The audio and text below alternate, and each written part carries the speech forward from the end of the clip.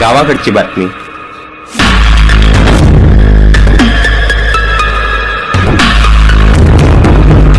जिथे गाव तिथे आम्ही। गावाकडे जय भवानी क्रिकेट क्लब यांच्या वतीने घेण्यात आलेल्या प्लास्टिक बॉलच्या खुले सामन्यांची सांगता।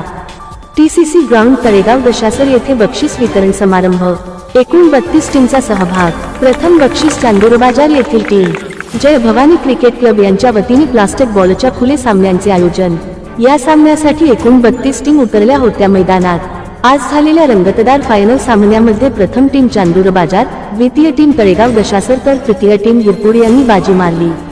यावेळी प्रथम बक्षीस 31,000, द्वितीय बक्षीस 21,000 व तृतीय बक्षीस 17,000 रुपये विजयी टीम यांना देण्यात आले।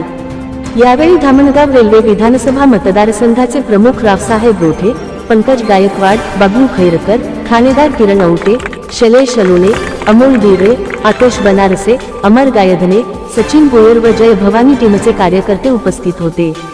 यावेळी सर्व विजयी टीमचे रावसाहेब रोठे व पंकज गायकवाड यांनी अभिनंदन केले। गावाकडची बातमीसाठी जिल्हा प्रतिनिधी निलेश रामगावकर।